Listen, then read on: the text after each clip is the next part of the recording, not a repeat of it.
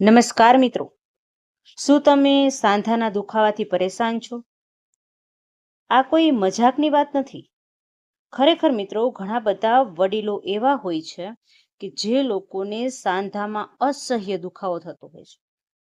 જો તમે વિચારો કે આ એક વસ્તુને તમે આખી રાત પલાળીને ખાઈ લેશો તો તમારી ઉંમર પણ વધશે, સાથે સાથે હાથ, પગ અને સાંધાના દુખાવા ગાયબ થઈ જશે. હા મિત્રો, આ ખૂબ જ અને સાચી વાત છે. કારણ કે આખી રાત પલાળવાથી એ વસ્તુના જે પોષક તત્વો હોય છે એ બધા પાણી સાથે મિક્સ થઈ જાય છે અને તમારા શરીરની અંદર વાત, પિત્ત અને કફ આ ત્રણેયને સંતુલિત કરવાનું કામ કરે છે. આપણું શરીર 3 પદાર્થોથી બનેલું છે, એટલે કે વાત, પિત્ત અને કફ.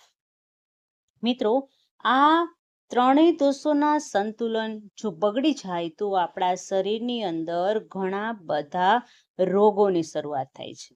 ખાસ કરીને નસો અને સાંધામાં દુખાવા થવા લાગે છે. આપણા શરીરમાં લોહીનું ભ્રમણ છે એ બરાબર થતું નથી, અથવા તો લોહી જાડું પડવાની પણ શક્યતા રહેલી છે. મિત્રો, જો તમે પણ આવા અસહ્ય દુખાવાથી પીડાતા હોવ, ખાસ કરીને વડીલ માતા પિતા છે એ ખાસ કરીને આ સાંધાના અને માંસપેશીઓના દુખાવાથી ખૂબ જ હેરાન રહેતા હોય છે. આખો દિવસ થાકને કારણે પરેશાન રહેતા હોય છે. તો મિત્રો, આ વિડીયો ખાસ મારા વડીલ મિત્રો માટે છે જે લોકોને અતિશય પીડાઓ થાય છે. મિત્રો, હમણાં એક વિડીયોમાં મને કોમેન્ટ આવેલી હતી કે રાત્રે અમે સૂઈ જઈએ, સવારે ઉઠીએ છીએ તો પગ એકદમ ખેંચાય છે, એવું લાગે છે કે પગ જાણે ઉપડતા જ નથી. તો મિત્રો, એ જે અમારા યુટ્યુબ મિત્ર છે એને આ ખાસ વિડીયો જોવો જોઈએ. સાથે સાથે તમે જોઈન્ટ ફેમિલીમાં રહેતા હો અથવા તો તમારા કોઈ વડીલને તકલીફ હોય, સાંધાના દુખાવાની તકલીફ હોય તો તમે આ વિડીયો અચૂક જોશો. ક્યારેક ક્યારેક એવું થઈ જાય કે આપણા હાથ પગ સૂન પડી જતા હોય છે, પગમાં સોજા આવી જતા હોય છે, બળતરા રહેતી હોય છે, ઝણઝણાટ થતી હોય છે, જાણે કીડીઓ ચટકા ભરતી હોય, આવું પણ તમને જો મહેસૂસ થતું હોય તો મિત્રો, કોઈ પણ ગભરાવાની જરૂર નથી. માત્ર ને માત્ર તમારે શું કરવાનું છે એ હું તમને આજે આ વિડીયોમાં જણાવવાની છું. એની પહેલાં જો મિત્રો તમે પહેલી વખત અમારી ચેનલમાં આવ્યા હોય તો વિડીયોને લાઇક કરો, ચેનલને સબસ્ક્રાઇબ કરો અને કોમેન્ટ બોક્સમાં તમારા અભિપ્રાય જરૂરથી લખજો, જેથી કરીને અમને પણ ખબર પડે કે કોણ ક્યાંથી વિડીયો જોઈ રહ્યા છે. મિત્રો, જો તમને નાની નાની વાતમાં થાક લાગી જતો હોય, તમારું શરીર તમને સાથ ન આપતું હોય, ક્યારેક અચાનક તમે ઊભા થાવ અને આંખે અંધારા કે ચક્કર આવવા લાગતા હોય, અને ખાસ કરીને અમારી બહેનોમાં વધારે આ પ્રોબ્લેમ જોવા મળતી હોય છે કે એની શક્તિ ધીમે ધીમે નબળી પડી જવી, કામ કરવામાં આળસ આવી, આ બધા જ લક્ષણો ઈશારો કરે છે કે તમારા નસોમાં કંઈક અવરોધ આવી રહ્યો છે, એટલે કે નસો બ્લોક થઈ રહી છે. તો મિત્રો, ધીમે ધીમે આ નસો નબળી પડવા માંડે છે અને બ્લોકેજની સમસ્યા આપણા શરીરમાં વધુ થવા લાગે છે.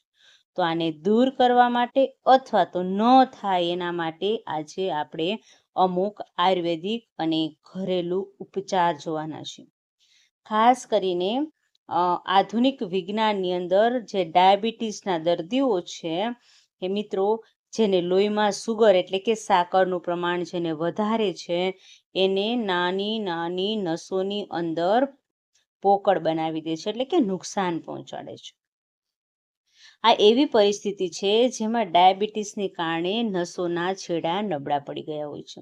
એના જ કારણે પગના તળિયા બળવા, ખાલી ચડી જવી, ઝણઝણાહટી મહેસૂસ થવી, ક્યારેક ક્યારેક તો તમને લોહીનું ઊંચું દબાણ, નસોની એમ કહીએ ને કે દિવાલો હોય એ જ જાણે કામ ન કરતી હોય, આવો અહેસાસ જો તમને થતો હોય તો મિત્રો, તમારે સમય બગાડ્યા વગર આ બધા જ ઉપાયો છે કરવા જોઈએ.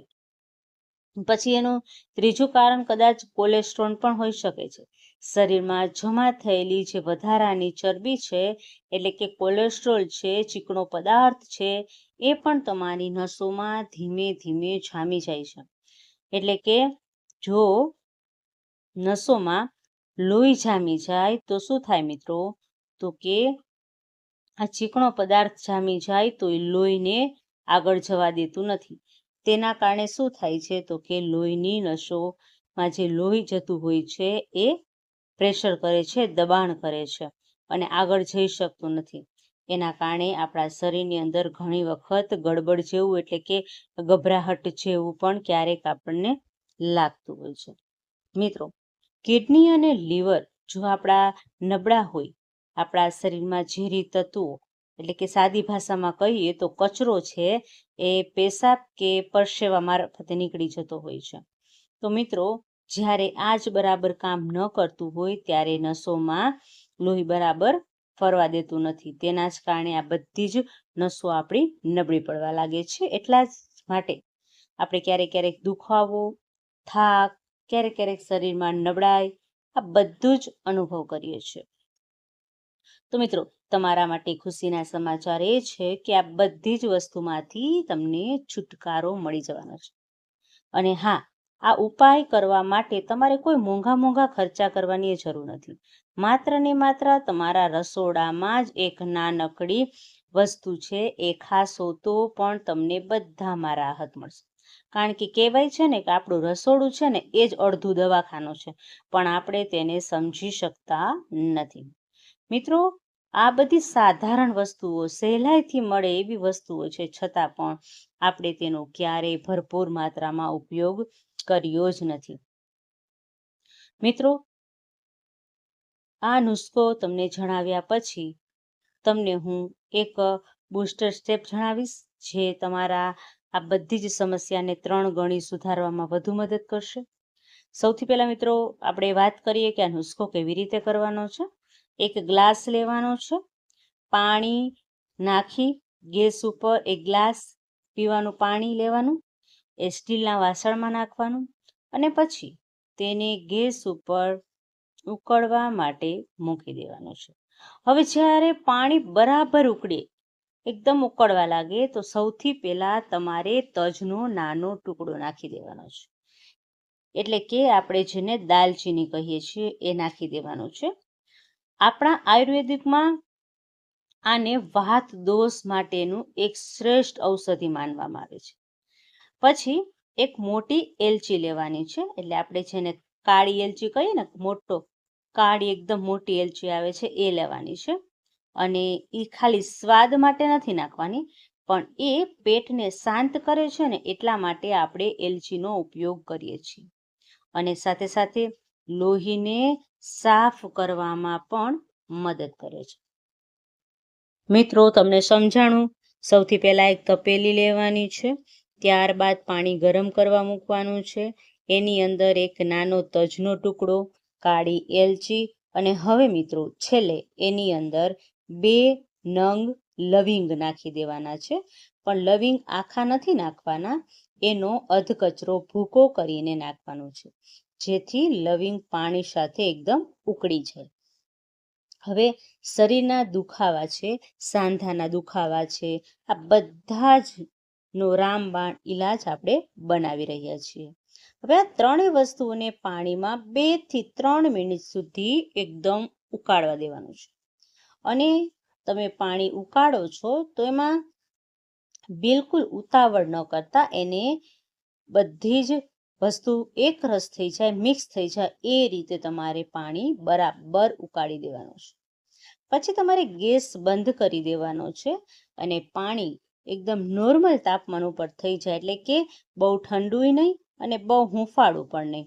ત્યારે તમારે થોડું ગળ્યું પસંદ હોય તો તમે એની અંદર ગળ્યું વસ્તુ નાખી શકો છો, એટલે કે ગોળ નાખી શકો છો અને પછી તમે એની અંદર મધ નાખી શકો છો. પરંતુ મિત્રો, જો કોઈ ડાયાબિટીસના દર્દીઓ હોય તો એને ગોળ અને મધ આનું બિલકુલ સેવન કરવાનું નથી, એટલે કે એને આ 2 વસ્તુને ટાળવાની છે. ઉકાળો પીવાનો છે ક્યારે? તો કે જમ્યા પછી લગભગ તમારે અડધી કલાક પછી તમારે આ ઉકાળો પી જવાનો છે. રાત્રે સૂતા પહેલા લેવાનો છે અને આ ઉકાળો પીશો એટલે આખી રાત તમારા શરીરમાં આ પૂરેપૂરું કામ કરશે, તમારી નસોને આરામ આપશે. એટલા માટે મિત્રો ખાસ કરીને રાત્રે તમે આ ઉકાળો પીને સૂઈ શકો છો. માત્ર ને માત્ર બસ આ એક ઉકાળો બનાવવાનો છે, 1 ગ્લાસ ઉકાળો પીવાનો છે.